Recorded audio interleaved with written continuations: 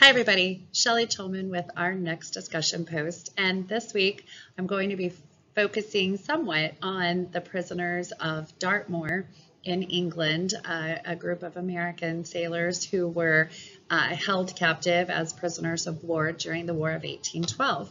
And doing this research actually kind of led me into a new avenue to explore and has definitely added some interest and excitement to my week. So I hope you enjoy. Dartmoor Prison was actually originally built in 1809 to house prisoners of war from the Napoleonic Wars. However, when the United States declared war on Great Britain in 1812, it ultimately began to house American prisoners as well. And that's kind of where our story picks up.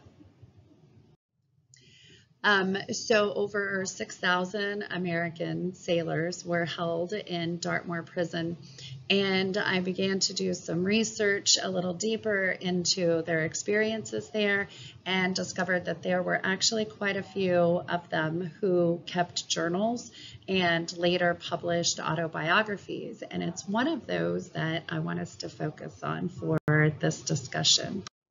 So in the course of my research, I came across a dissertation that was written by Elizabeth Jones Minsinger titled "Our Rights Are Getting More and More Infringed Upon." And I was doing some research on some of the primary sources that she had used as part of her dissertation.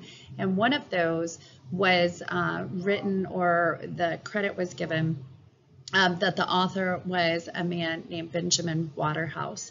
So I began to do a little bit of research on Benjamin Waterhouse and discovered an interesting story. Benjamin Waterhouse was actually one of the first professors of medicine at Harvard University. He also was a proponent of the smallpox vaccine. And it was in that interest that he actually initially reached out to Thomas Jefferson in 1800, and the two men continued a correspondence from 1800 until the last letter in 1818 was exchanged. The correspondence was somewhat sporadic, and it was on a variety of topics. They moved away from just the smallpox vaccine. But it's a letter in 1816 that actually caught my attention. So in 1816, Benjamin Waterhouse writes a letter to Thomas Jefferson and includes a manuscript.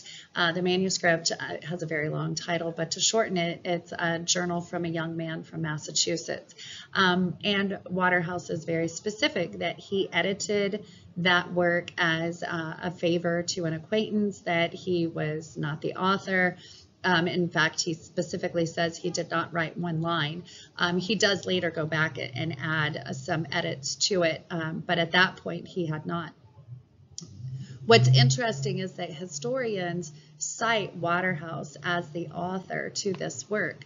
However, doing some more digging, I discovered that the topic of who the author was has actually been a lively debate, but it's been a debate that was held primarily in the medical biography field.